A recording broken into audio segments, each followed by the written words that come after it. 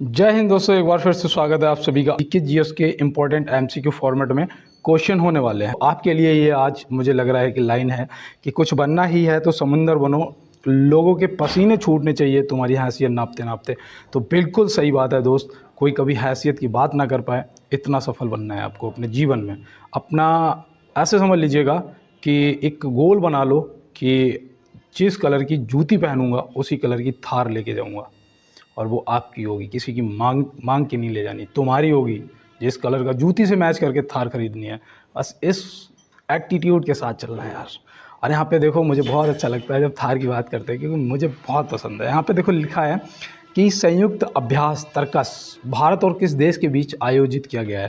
देखो ये current affair के क्वेश्चन है और ये मिलिट्री एक्सरसाइज है ना। तो यहाँ पे देखो मैं आपको बताऊँ, इस प्रश्न का जो जवाब है वो आपका हो जाएगा अमेरिका, ऑप्शन ए। ठीक है। और ये कहाँ पर, ये चेन्नई में, यहाँ पे मैं लिख देता हूँ ये कहाँ पर किया गया था। तो ये किया गया था चेन्नई में। तो ये भी आप याद रखना, इसका आयोजन चेन्नई में किया गया था। और फटाफट इसका जवाब करिएगा जिसको भी आता है। तो यहाँ पे इसका जो जवाब है वो क्या हो जाएगा कि एनी बेसेंट भारतीय राष्ट्रीय कांग्रेस की अध्यक्ष कब बनी थी। तो यहाँ पे जो आपका सही जवाब है वो हो जाएगा 1917 में बनी थी। कब बनी थी दोस्त? 1917 में। और ये पहली महिला अध्यक्ष थी। तो ये भी आप याद रखेंगे। 1939 में क्या, 1919 में जलियांवाला बाग हत्याकांड हुआ था अमृतसर में। इसको भी याद रखना। डेट क्या रही थी? 13 अप्रैल 1919। तो इसको भी याद रखेंगे। 1939 में फॉरवर्ड ब्लॉक की स्थापना की थी किसने? सुभाष चंद्र बोस जी ने। तो इसको भी याद रखना है। ठीक है, हो सकता है आपसे फॉरवर्ड ब्लॉक पूछ लिया जाए। तो चलते हैं दोस्त अपने अगले प्रश्न की तरफ और देखते हैं हमारा अगला क्या है। देखो यहाँ पे बोला गया है भारतीय रेलवे में कितने लाख कर्मचारी काम करते हैं। तो इसका आप जवाब करिएगा कि भारतीय रेलवे में कितने लाख कर्मचारी काम करते हैं। 10 लाख, 12 लाख, 13 लाख या 16 लाख। देखो ये इंपॉर्टेंट है क्योंकि आपका रेलवे का पेपर है, तो यहाँ पे आपको पता भी होना चाहिए। तो यहाँ पे सही जवाब आपका ऑप्शन डी हो जाएगा। 16 लाख लगभग कर्मचारी और भारतीय रेलवे में काम करते हैं। तो चलते हैं फिर इसी के साथ अपने अगले प्रश्न की तरफ। तो प्रश्न है यहाँ पे कि विश्व में सर्वप्रथम रेल कब चली थी। विश्व में सर्वप्रथम रेल कब चली थी। तो यहाँ पे आपका सही जवाब जो है वो क्या होगा। तो यहाँ पे आपका राइट जवाब हो जाएगा 1825, ऑप्शन ए 1825। और ये कहाँ पर? इंग्लैंड में चली थी। ठीक है, कहाँ पर? ब्रिटेन या इंग्लैंड आपको लिखा हुआ मिलेगा, तो आप समझ जाना। और देखो भारत में आपकी चली थी 1853 में। 1853 में चली थी। डेट क्या थी? तो याद रखना 16 अप्रैल 1853 को, मुंबई से थाड़े के बीच में। तो इसको भी आप याद रखेंगे दोस्त। और इसी के साथ चलते हैं अपने अगले प्रश्न की तरफ। देखो यहाँ पे प्रश्न है कि प्रधानमंत्री विश्वकर्मा कौशल सम्मान योजना संबंधित है। देखो जितनी भी इम्पोर्टेंट योजनाएं हैं वो भी हमें पता होनी चाहिए, क्योंकि हो सकता है पेपर के अंदर आपसे देखो एक योजना तो पूछी जाएगी दोस्त। तो यहाँ पे प्रधानमंत्री विश्वकर्मा कौशल सम्मान योजना संबंधित है तो किससे हो सकती है? देखो विश्वकर्मा जी का जब नाम आ गया तो आपको 17 सितंबर भी याद होगा। ठीक है, विश्वकर्मा जयंती मनाते हैं। तो यहाँ पे आपका ये किससे, ये देखो कारखानों वगैरह में ये सब होता है ना। तो याद रखना ये व्यावसायिक परीक्षण, ऑप्शन सी। ये ऑप्शन सी जो है ये आपका सही जवाब हो जाएगा। अगर आपको लिखा हुआ मिल जाए शिल्पियों एवं कलाकारों से, तो वो भी आप याद रखना, वो भी आपका सही हो जाएगा। ठीक है। और ये जो योजना है इसका आरंभ कब हुआ था तो ये भी आपको पता होना चाहिए। तो याद रखना ये आपका हुआ था 17 सितंबर 2023 को। कब? 17 सितंबर 2023। अभी मैंने 17 सितंबर आपको बताया था। तो ये विश्वकर्मा जयंती मनाते हैं। और चलते हैं दोस्त अपने अगले प्रश्न पे। देखो यहाँ पे यार पूछा गया है कि भारत की सबसे लंबी रेल सुरंग कौन सी है। भारत की सबसे लंबी रेल सुरंग कौन सी है, इसका देखो, इसका आप जवाब करिएगा कि क्या होगा राइट जवाब। और ये भी आपके लिए इंपॉर्टेंट है। रेलवे से संबंधित जितने भी प्रश्न यहाँ पे आज मैं आपको करा रहा हूँ ये आपके लिए इंपॉर्टेंट है। और ये पता क्यों इंपॉर्टेंट है? देखो ये हो जाएगी आपकी पहले तो ऑप्शन बी, पीर पंजाल सुरंग। पीर पंजाल सुरंग। और इसकी जो लंबाई है ना वो भी आपको पता होना चाहिए यार। जो इसकी लंबाई है वो भी आपको पता होना चाहिए।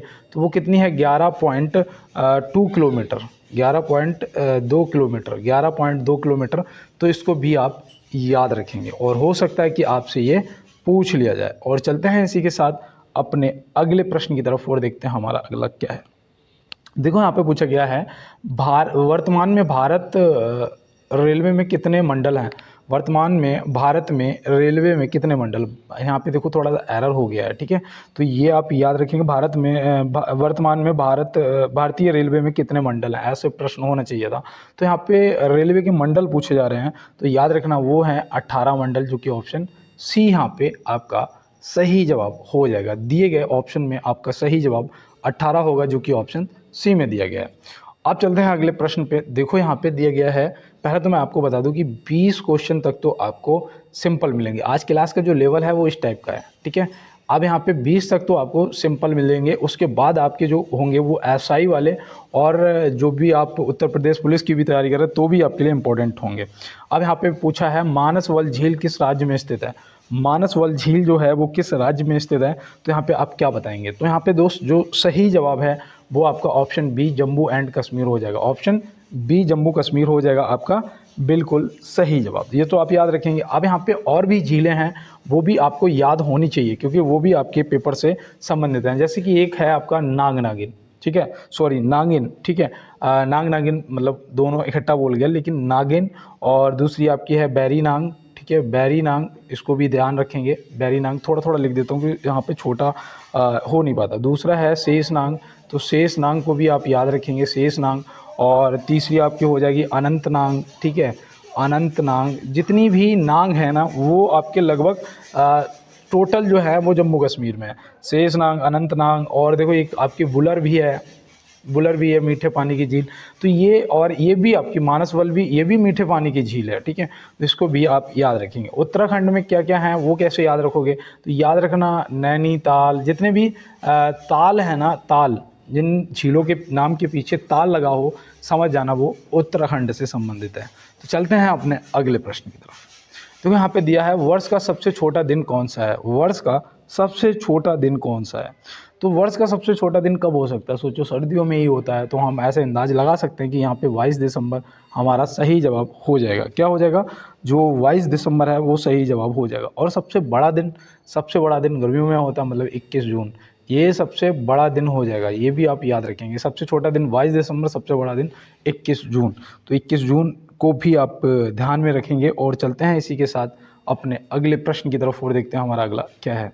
तो यहाँ पे दिया है पुस्तक ब्रेकिंग बैरियर के लेखक कौन है। पुस्तक ब्रेकिंग बैरियर के लेखक कौन है, तो इस पुस्तक को आपको पता होना चाहिए, क्योंकि ये भारत के एक IAS, ठीक है, एक IAS द्वारा लिखी गई पुस्तक है, और इनका नाम है काकी माधव राव। काकी माधव राव, ऑप्शन ए यहाँ पे आपका सही जवाब हो जाएगा। लेकिन ब्रेकिंग बैरियर की जगह अगर आपसे पूछ देता ब्रोकन विंग्स, क्या बोल देता, ब्रोकन विंग्स, तो ब्रोकन विंग्स जो है वो किसकी पुस्तक है, तो वो याद रखना वो सरोजनी नायडू की है। सरोजनी नायडू जी की ब्रोकन विंग्स है। और ब्रेकिंग बैरियर जो है वो काकी माधव राव जी की है। तो ये भी आप याद रखेंगे, ठीक है। और देखो जवाहरलाल नेहरू जी से भी याद रखना, सरोजनी नायडू जी से तो मैंने आपको बता दिया, जवाहरलाल नेहरू जी से भी याद रखना डिस्कवरी ऑफ इंडिया, ये भी ज़्यादातर आपसे पूछी जाती है, इसको भी आप ध्यान में रखेंगे। और चलते हैं दोस्त अपने अगले प्रश्न की तरफ। देखो यहाँ पे दिया है रामकृष्ण परमहंस का मूल नाम क्या था। रामकृष्ण परमहंस का मूल नाम क्या था, तो यहाँ पे आप क्या बताएंगे कि रामकृष्ण परमहंस का मूल नाम, आप याद रखना गदाधर चट्टोपाध्याय था, जो कि ऑप्शन बी में दिया गया। सिद्धार्थ किसका पुराना नाम था, याद रखना भगवान बुद्ध का जो बचपन का नाम था वो सिद्धार्थ था। तो ये भी आप ध्यान रखेंगे। मूल शंकर किसका पुराना नाम है, तो ये भी आप कमेंट बॉक्स में चलिए बताइएगा। और चलते हैं दोस्तों अपने अगले प्रश्न की तरफ। और यहाँ पे आप देख रहे होंगे बैकग्राउंड में बहुत ज़्यादा शोर हो रहा है, जिसके लिए मैंने उन लोगों को बोला भी, लेकिन वो कहते हैं ना कि क्या मैं कहूँ, इन लोगों के लिए मेरे पास शब्द नहीं है, लेकिन कोई बात नहीं है। चलो जैसा भी है आप लोग थोड़ा मैनेज करिएगा, और मैं भी कर रहा हूँ यार। तो यहाँ पे दिया है भारतीय क्रांति की जननी किसे कहा जाता है। भारतीय क्रांति की जननी किसे कहा जाता है, तो यहाँ पे आपका जो सही जवाब है वो क्या हो जाएगा, तो याद रखना वो हो जाएगा मैडम भीकाजी रुस्तम कामा, जो कि ऑप्शन सी में दिया गया है। तो ऑप्शन सी जो है वो यहाँ पे आपका बिल्कुल सही जवाब हो जाएगा। और चलते हैं इसी के साथ अपने अगले प्रश्न की तरफ। देखो यहाँ पे दिया है किस गवर्नर जनरल ने भारत की राजधानी कोलकाता से दिल्ली स्थानांतरित की। तो पहले तो मैं आपको बता दूँ ये कब हुई थी, 1911 में इसकी घोषणा हुई थी और 1912 में ये स्थानांतरित हो गई थी। अब ये किसने करी थी, तो यहाँ पे कौन वो गवर्नर जनरल था, तो आप क्या बताएंगे। यहाँ पे जो सही जवाब है वो हो जाएगा हार्डिंग।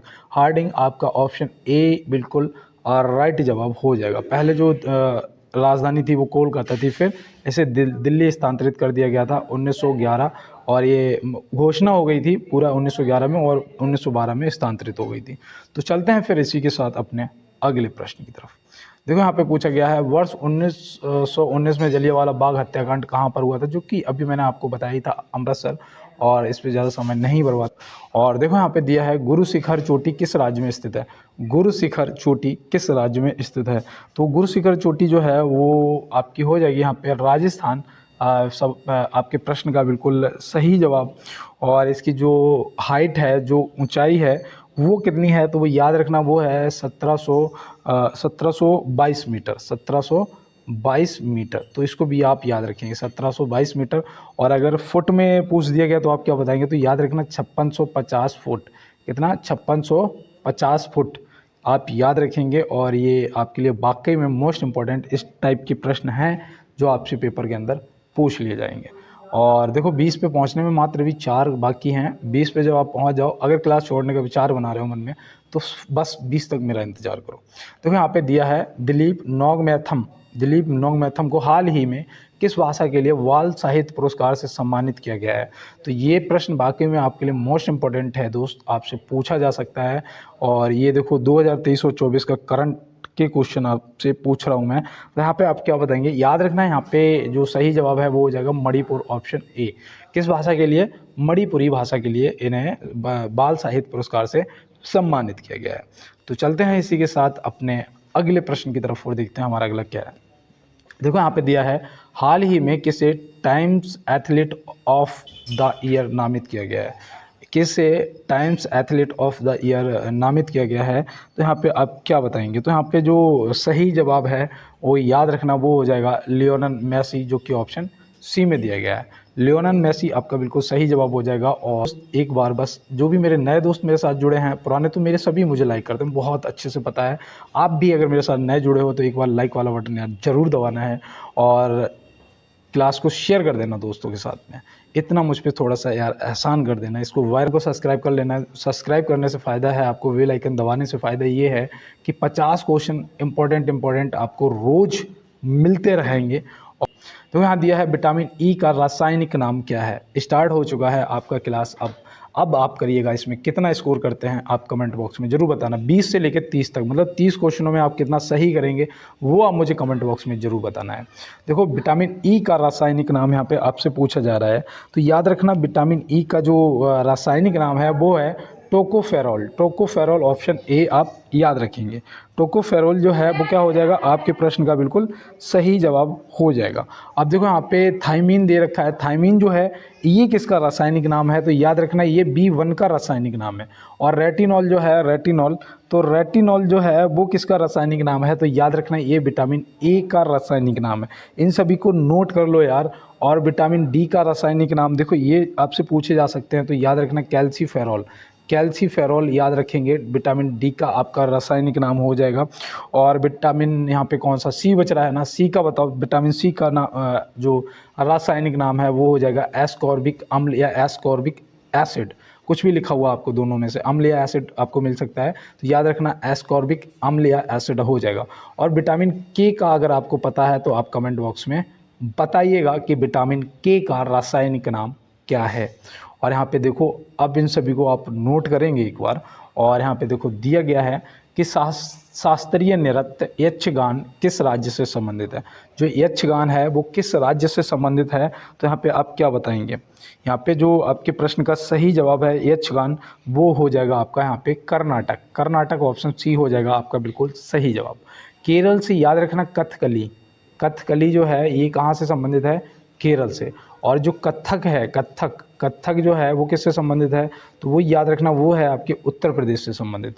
और यहाँ पे देखो उत्तर प्रदेश दे भी रखा है, ठीक है। और आपसे एक कुचिपुड़ी पूछा जाता है, कुचिपुड़ी, तो वो याद रखना आंध्र प्रदेश से संबंधित है। कुचिपुड़ी जो है वो किससे संबंधित है, तो वो हो जाएगा आपका यहाँ पे आंध्र प्रदेश से संबंधित। अब मैं आपसे अगर पूछता हूँ कि भरतनाट्यम जो है वो किससे संबंधित है, तो अगर आपको पता है कमेंट बॉक्स में बताइएगा, और नहीं पता है तो नोट कर लो यार, तमिलनाडु हो जाएगा आपका सही जवाब। भरतनाट्यम तमिलनाडु। और शास्त्रीय नृत्य यक्षगान जो है वो कर्नाटक से संबंधित है, जो कि ऑप्शन सी में दे रखा है, तो ऑप्शन सी यहाँ से आपका सही जवाब हो जाएगा। चलते हैं इसी के साथ अपने अगले प्रश्न की तरफ।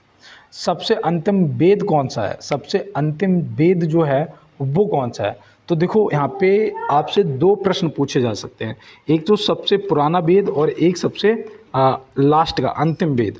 तो याद रखना, सबसे अंतिम वेद अगर यहाँ पे पूछ रहा है आपसे, तो आप इसमें लगाएंगे अर्थवेद। अर्थवेद जो है ये सबसे बाद का वेद है, और सबसे पुराना जो है, सबसे पुराना, सबसे पहला, तो सबसे पुराना वेद आपका हो जाएगा ऋग्वेद। कौन सा हो जाएगा, ऋग्वेद हो जाएगा।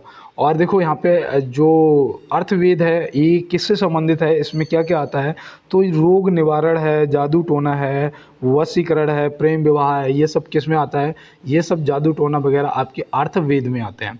और सामवेद में क्या आता है, सामवेद जो है ये, इसे आप बोल सकते हो कि ये संगीत का जनक है। संगीत जो है वो सामवेद से लिया गया है, तो संगीत का जनक अगर पूछेगा तो आप बता देंगे सामवेद आपका हो जाएगा। लेकिन एक वेद ऐसा भी है जो गद्य एवं पद्य दोनों में लिखा हुआ है, गद्य एवं पद्य दोनों में लिखा हुआ है, तो वो कौन सा ऐसा वेद है, तो वो याद रखना, वो हो जाएगा आपका यजुर्वेद। यजुर्वेद, वेदों की संख्या 4 है ना, देखो ऋग्वेद, सामवेद, अर्थवेद और यजुर्वेद। तो यजुर्वेद गद्य व पद्य दोनों में लिखा है। अर्थवेद जो है इसमें जादू टोना, शादी विवाह और ये जितना भी है, ये रोग निवारण और प्रेम विवाह ये सब आ जाता है। और सामवेद संगीत, और ऋग्वेद सबसे पुराना वेद है, ये भी आप याद रखेंगे। और चलते हैं इसी के साथ अपने अगले प्रश्न पे।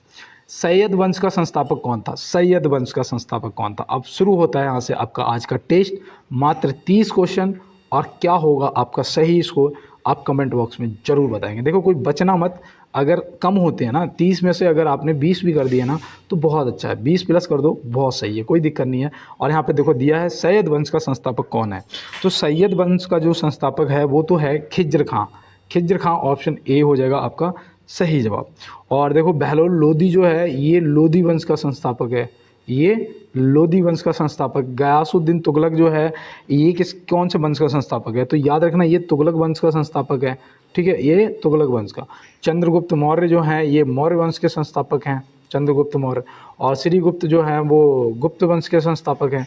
और जो बाबर था वो मुगल वंश का संस्थापक था, जो बाबर था ये 1526 में आया था। अरे यहाँ पे क्या हुआ, चलिए तो यहाँ पे देखिए जो बाबर था, बाबर इधर लिख देता हूँ, जो बाबर था ये मुगल वंश का संस्थापक था, और जो कुतुबुद्दीन ऐबक था ये गुलाम वंश का संस्थापक था। तो इन सभी को आपको याद रखना है। देखो यहाँ पे मैंने जितना भी बताया, चंद्रगुप्त मौर्य मौर्य वंश, श्रीगुप्त गुप्त वंश, और गयासुद्दीन तुगलक तुगलक वंश, बहलोल लोदी लोदी वंश, खिज्र खां सैयद वंश, और मुगल वंश का बाबर बताया था, और गुलाम वंश का आपका कुतुबुद्दीन ऐबक हो गया। तो इन सभी को आप याद रखेंगे। और चलते हैं इसी के साथ अपने अगले प्रश्न की तरफ। देखो यहाँ पे दिया गया है कि भारतीय महिला क्रिकेट टीम की मुख्य कोच किसे नियुक्त किया गया। भारतीय महिला क्रिकेट टीम की मुख्य कोच, भाई देखो ये आपके करंट से आया हुआ क्वेश्चन है, और आपको पता होना चाहिए कि भारतीय महिला क्रिकेट टीम की जो मुख्य कोच हैं वो हो जाएंगे आपके अमोल माजुमदार। ऑप्शन बी यहाँ पे आपका सही जवाब हो जाएगा। अब कुछ दोस्त तो मेरे वीरेंद्र सहवाग को लगा रहे होंगे, कुछ लोग गौतम गंभीर जी को, लेकिन यहाँ पे भारतीय महिला क्रिकेट टीम का पूछा था, और यहाँ पे जो सही जवाब है वो अनमोल माजुमदार हो जाएगा। और चलते हैं इसी के साथ अपने अगले प्रश्न की तरफ। और कहते हैं कि ना, देखो वो नहीं सुनाऊंगा आज मैं आपको, कल मैंने क्लास के लास्ट में एक लाइन सुनाई थी, शायद ये एक आदमी सुनी होगी जिसने पूरा क्लास देखा होगा, लेकिन मैं आज बीच में सुना देता हूँ कि इतने कमज़ोर नहीं कि वफादार होने का ऐलान करें, हमें यकीन है अपने किरदार पर, जो खोएगा वो ढूंढता फिरेगा, जो खोएगा वो ढूंढता फिरेगा। तो यहाँ पे देखो प्रश्न में दिया है कि निम्न में से विश्व मधुमेह दिवस कब मनाया जाता है। इनमें से बताना है कि विश्व मधुमेह दिवस कब मनाया जाता है। तो यहाँ पे आप क्या बताएंगे, याद रखना विश्व मधुमेह दिवस जो है ये 14 नवंबर को मनाया जाता है, ऑप्शन सी। अब यहाँ पे बात आती है कि 10 नवंबर को फिर क्या मनाते हैं भैया, तो 10 नवंबर को याद रखना विश्व विज्ञान दिवस मनाते हैं। क्या मनाते हैं, विश्व विज्ञान दिवस मनाते हैं, तो इसको भी आप याद रखेंगे। और 12 नवंबर को क्या मनाते हैं, तो 12 नवंबर को राष्ट्रीय पक्षी दिवस मनाते हैं। क्या मनाते हैं, राष्ट्रीय पक्षी दिवस मनाते हैं, तो ये भी आप याद रखेंगे। और देखो 4 नवंबर को नौसेना दिवस मनाते हैं, तो ये भी आप याद रखेंगे। हो सकता है कि आपसे नवंबर से ही प्रश्न पूछ ले। और चलते हैं इसी के साथ अपने अगले प्रश्न की तरफ। देखो यहाँ पे दिया है, अश्वघोष किसके दरबारी कवि थे। अश्वघोष जो हैं वो किसके दरबारी कवि थे। तो आपको पता होना चाहिए कि अश्वघोष जो हैं वो राजा कनिष्क के दरबारी कवि थे। जिसको एक प्रश्न पूछा जाता है कि रेशम मार्ग पर किसका कब्जा था, तो वो राजा कनिष्क का रेशम मार्ग पर कब्जा था। और अश्वघोष जो है वो राजा कनिष्क के दरबारी कवि थे, ये भी आपको पता होना चाहिए। और देखो मैं यहाँ पे बताऊँ और कौन कौन कवि थे। देखो एक तो अश्वघोष इनके दरबार में थे, एक वासुदेव जी जो हैं वो भी इन्हीं के दरबार में थे। वासुदेव और नागा अर्जुन, ठीक है, नागा अर्जुन, तो नागा अर्जुन जो हैं वो भी इन्हीं के दरबार में थे। और चरक जो है, चरक जिन्होंने चरक संहिता लिखी है, वो चरक भी इन्हीं के दरबार में थे। ये आपको पता होना चाहिए, कनिष्क के दरबार में। और कनिष्क ने आपको पता होना चाहिए कि शक संवत की शुरुआत की थी। शक संवत की जो शुरुआत है राजा कनिष्क ने करी थी, कब, 78 ईस्वी में। कब, 78 ईस्वी में करी थी। तो ये भी आपको पता होना चाहिए। और देखो अश्वघोष की रचनाओं के बारे में भी पूछ लेता है कभी कभी, तो याद रखना। एक तो बुद्ध चरित जो है, बुद्ध चरित, तो बुद्ध चरित भी अश्वघोष की रचना है। और एक सूत्रालंकार है, सूत्रालंकार। देखो इधर मैं लिख के बता देता हूँ कि ऐसे लिखा था, सूत्रालंकार।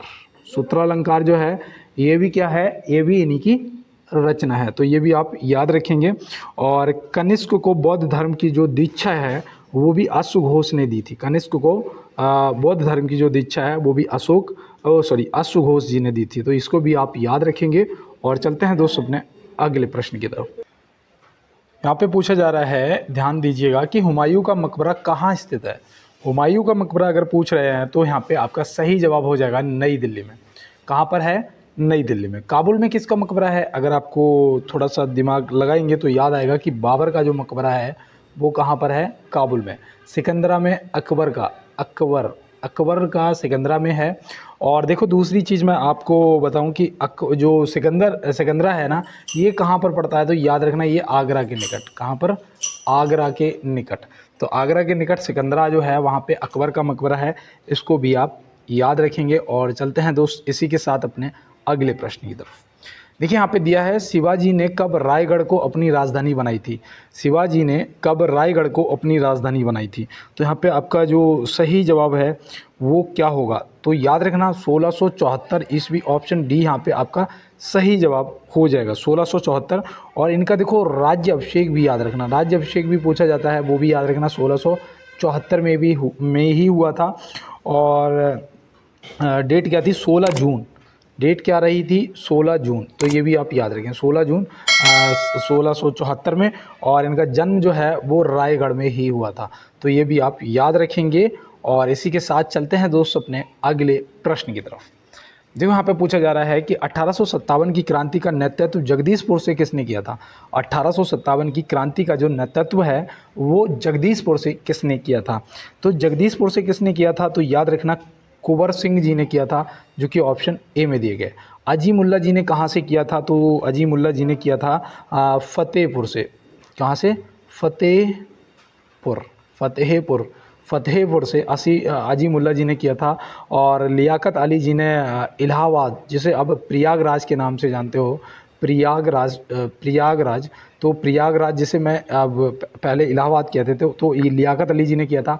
और देखो जो कहते हैं कहाँ से, झांसी से किसने किया था, तो झांसी वाली रानी ने किया था, रानी लक्ष्मीबाई जी ने, जिनका बचपन का नाम मणिकर्णिका था। ये भी आप याद रखना, क्या था, मणिकर्णिका था। और छबीली भी बोला जाता था, छबीली, तो उसको भी आप याद रखना। और देखो लखनऊ से किसने किया था, तो लखनऊ से बेगम हजरत महल ने करा था, वो भी आप याद रखना। और देखो दिल्ली से किसने करा था, तो दिल्ली से किसने करा था दोस्त, तो दिल्ली से करा था बहादुर शाह जफ़र द्वितीय ने। और बहादुर शाह जफ़र द्वितीय को अंग्रेज़ों ने पकड़कर रंगून स्थानांतरित कर दिया था। कहाँ पर, रंगून कहाँ पड़ता है, बहुत गाना सुना है, मेरे पिया गए रंगून, वहाँ से की वो है टेलीफोन, सुना है ना। तो बताओ रंगून कहाँ पड़ता है, रंगून भाई म्यांमार में पड़ता है। कहाँ पर, म्यांमार में। तो ये भी आप याद रखेंगे, म्यांमार, जैसे अब बर्मा पहले बर्मा बोलते थे, बर्मा, म्यांमार का भी पुराना नाम पूछा जाता है, याद रखना बर्मा। तो ये म्यांमार में था, ठीक है, यहाँ वहाँ स्थानांतरित कर दिया था। तो इसको भी आप याद रखेंगे। और चलते हैं इसी के साथ अपने अगले प्रश्न पे। और आज आप देखेंगे हार्ड टॉपिक से आपको क्वेश्चन मिलेंगे, हार्ड टॉपिक से, बस आप थोड़ा सा यार सपोर्ट करिएगा।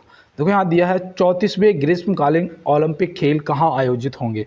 तो 34वें ग्रीष्मकालीन ओलंपिक खेल कहाँ आयोजित होंगे, तो आपको पता होना चाहिए कि ये होंगे संयुक्त राज्य अमेरिका। ऑप्शन बी यहाँ पे आपका सही जवाब हो जाएगा। और ये कब होंगे, तो हर 4 साल बाद होते हैं। तो ये अभी 24 चल रहा है ना, तो ये होंगे 2028 में।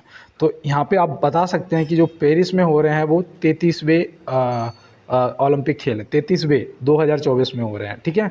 और जो 34वां होगा वो संयुक्त राज्य अमेरिका 2028 में होगा।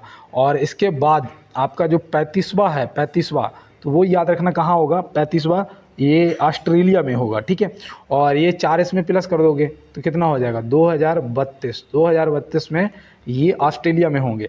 तो इनको भी देखो याद रखना है दोस्त। अगला प्रश्न है हमारा कि दक्षिणी ध्रुव पर अकेले पहुंचने वाली पहली भारतीय मूल की महिला कौन है।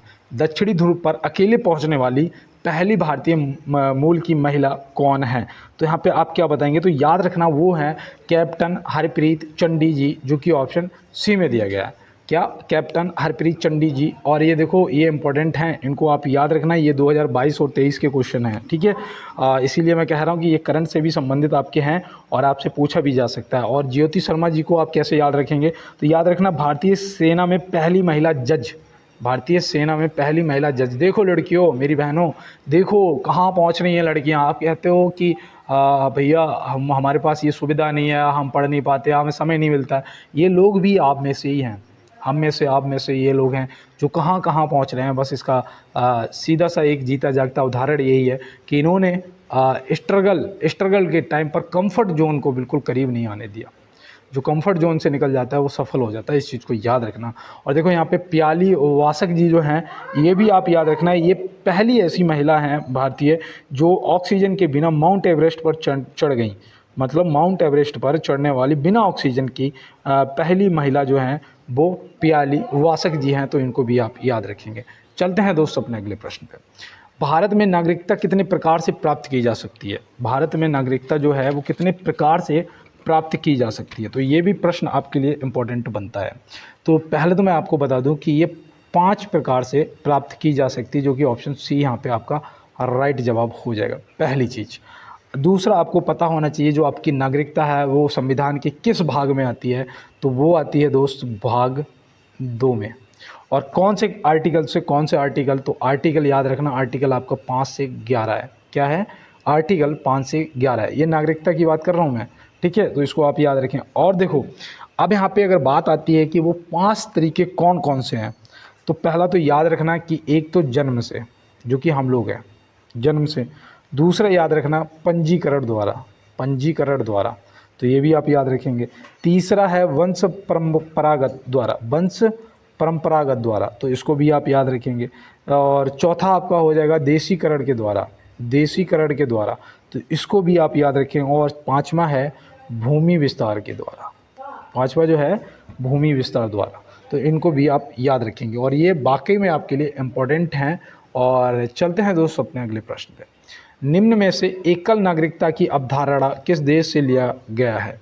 देखो अभी मैं नागरिकता से ही आपको बता रहा था। पहले तो आपको ये बता दूं कि भारत में एकल नागरिकता, एकल नागरिकता मतलब एक ही नागरिकता आपके पास होनी चाहिए, वो सिर्फ भारत की, ठीक है, पहली चीज़। जैसे अमेरिका है, अमेरिका में आपके पास भारत की भी नागरिकता रहेगी और अमेरिका की भी, जिसे बोलते हो आप दोहरी नागरिकता। क्या बोलते हो, दोहरी नागरिकता। तो ये आप याद रखोगे। अब देखो एकल नागरिकता की अवधारणा किस देश से लिए, तो अमेरिका से तो ली नहीं होगी भाई, अमेरिका से तो ली नहीं होगी, क्योंकि यहाँ पे तो दोहरी नागरिकता है। तो ये लिया था इंग्लैंड, इंग्लैंड जिसे आप ऑप्शन ए इंग्लैंड या ब्रिटेन कह सकते हो, इंग्लैंड, ठीक है, इंग्लैंड यहाँ पे आपका सही जवाब हो जाएगा।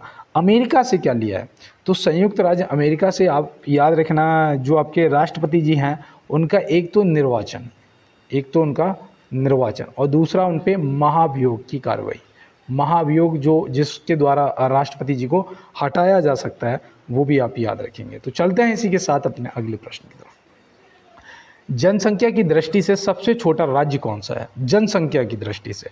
अब यहाँ पे बहुत से दोस्त मेरे ऐसे होंगे जो एकदम से खटाक से क्वेश्चन को देखेंगे और गोवा लगाएंगे, आगे निकल जाएंगे, लेकिन दोस्त चालान कट जाएगा मेरे भाई। मैं सत्य बता रहा हूँ आपको, थोड़ा सा सोच समझ के करना है। देखो, जनसंख्या की दृष्टि से सबसे छोटा ऑप्शन बी आपका सिक्किम हो जाएगा, ठीक है, जनसंख्या की दृष्टि से। और देखो, सबसे बड़ा अगर जनसंख्या की दृष्टि से बात करेंगे तो वो हो जाएगा उत्तर प्रदेश, ठीक है ना, राइट। अब चलो, क्षेत्रफल की दृष्टि से सबसे बड़ा राजस्थान है, जो कि क्षेत्रफल की दृष्टि से पहली चीज़। सबसे छोटा क्षेत्रफल की दृष्टि से आपका गोवा हो जाएगा, तो इसको अब याद रखना। क्षेत्रफल की दृष्टि से गोवा है और जनसंख्या की दृष्टि से सिक्किम है। तो अब कंफर्म हो गया, यहाँ पे कोई एरर तो नहीं रह गया ना। चलते हैं फिर अगले प्रश्न की तरफ। देखो यहाँ पे यार क्या दिया है, निम्न में से म्यांमार की सीमा से लगा भारतीय राज्य नहीं है, भारतीय राज्य नहीं है जो म्यांमार की सीमा से लगा हो। तो इनमें से कौन सा ऐसा है जो नहीं लगता है? तो देखो, नागालैंड तो लगता है भाई, मिजोरम भी लगता है, मणिपुर भी लगता है, तो यहाँ पे सिक्किम हो जाएगा आपका सही जवाब। क्या हो जाएगा? सिक्किम हो जाएगा आपका सही जवाब, क्योंकि सिक्किम जो है ना, ये किसकी सीमा से लगा है? ये भूटान की सीमा से लगा है। किसकी? भूटान। और मैं आपको बता दूं, भूटान एक ऐसा देश है जिसने तंबाकू पर पूर्ण रूप से प्रतिबंध लगा दिया। ये प्रश्न पूछा जा सकता है कि ऐसा कौन सा देश है जिसने पूर्ण रूप से तंबाकू पर प्रतिबंध लगा रखा है? वो है भूटान। इसको आप याद रखना, ठीक है। अब कोई दिक्कत तो नहीं। अब यहाँ पे देखो 3 हो गए, एक राज्य और लगता है।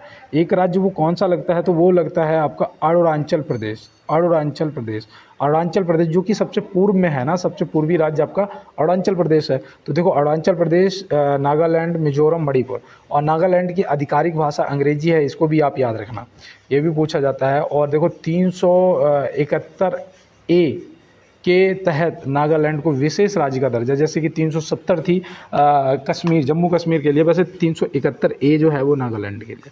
चलते हैं अपने अगले प्रश्न।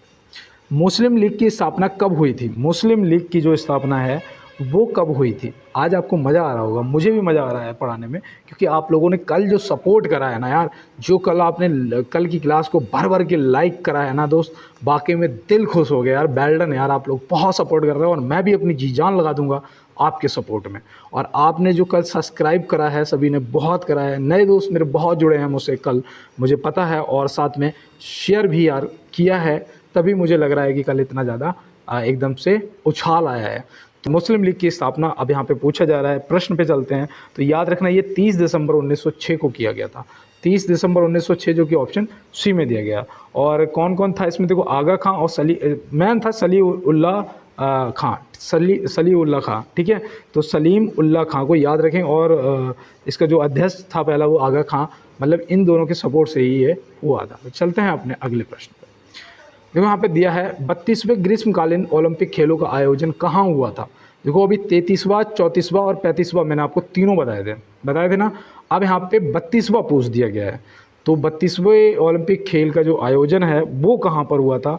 तो ये याद रखना दोस्त, ये हुआ था Tokyo, Japan. Tokyo option B, Tokyo Japan याद रखेंगे, ठीक है। टोक्यो में हुआ था, जापान के, इसको आप याद रखेंगे।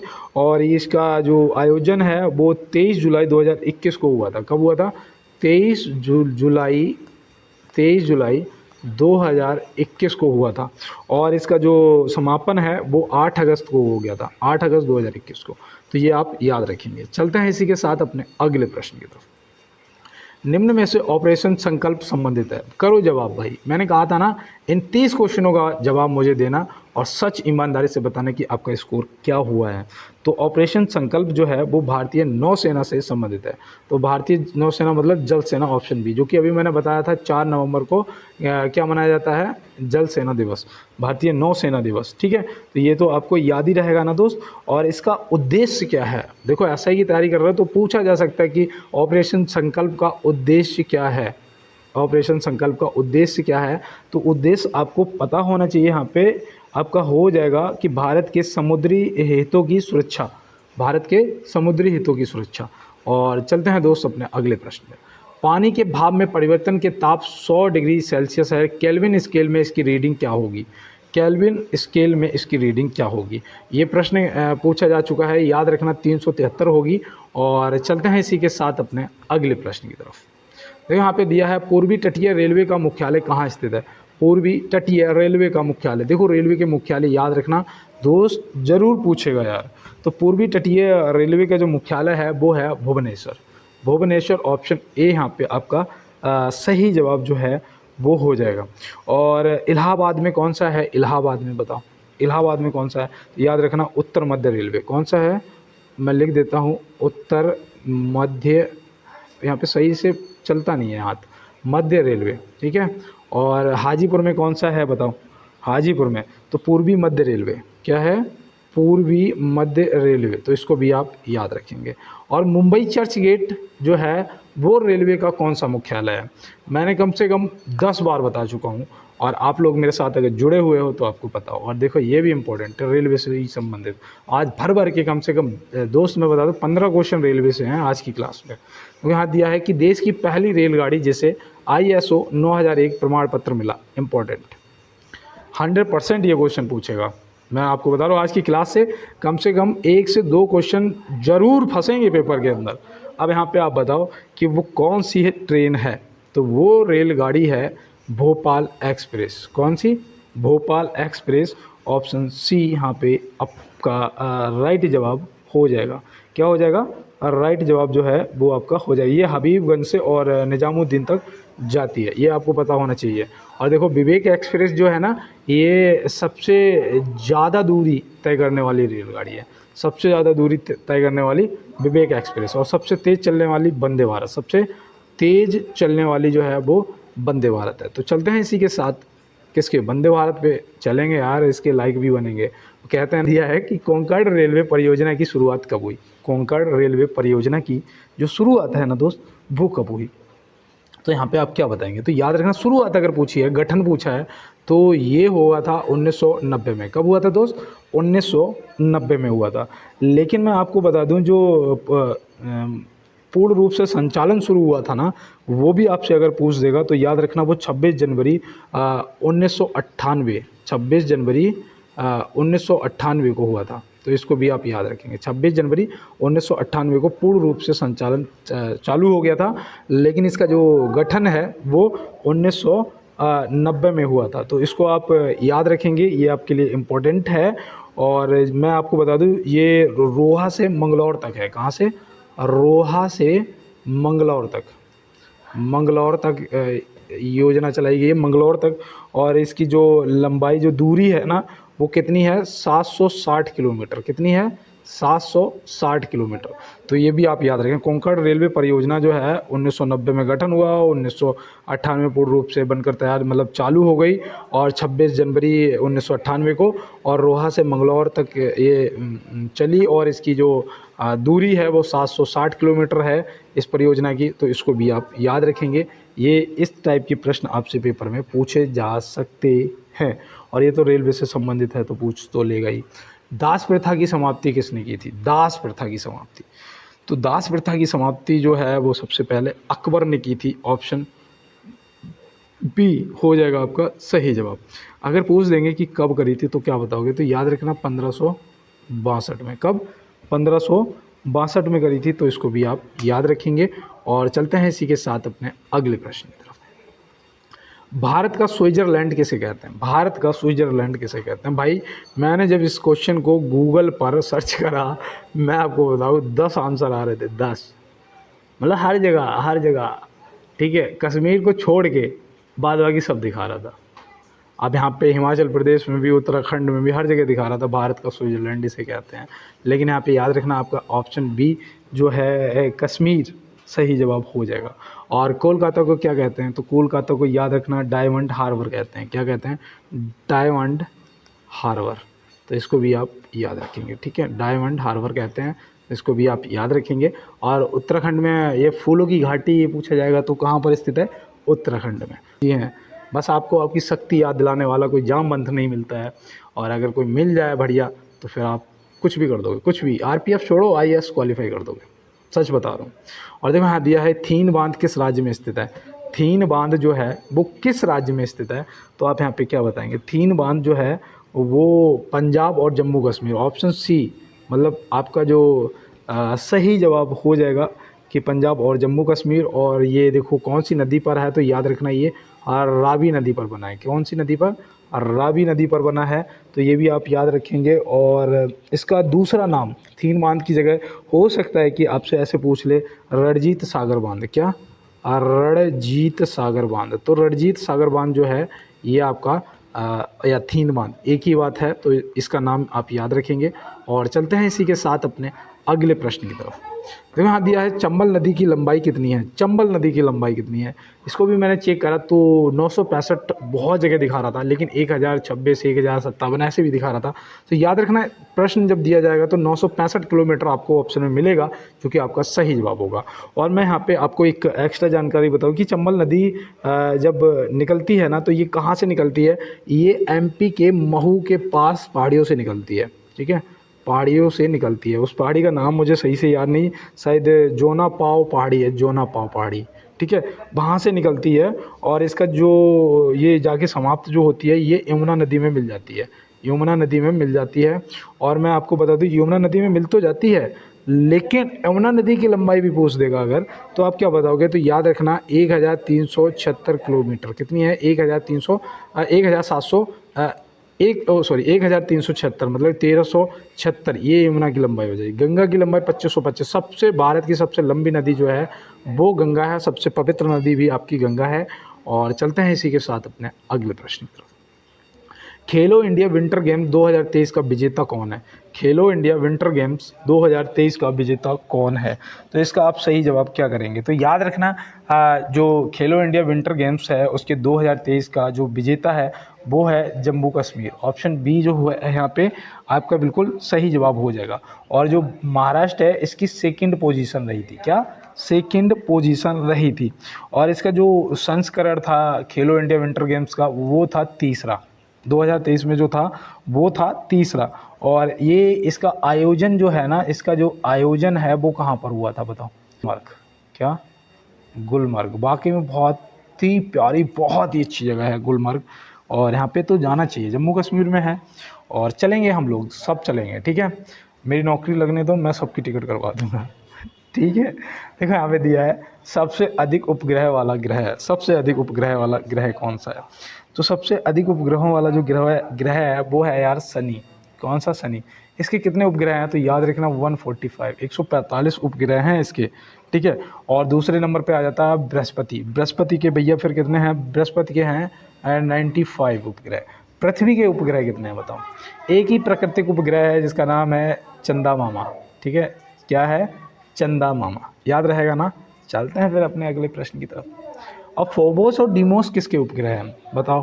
पता है किसी को?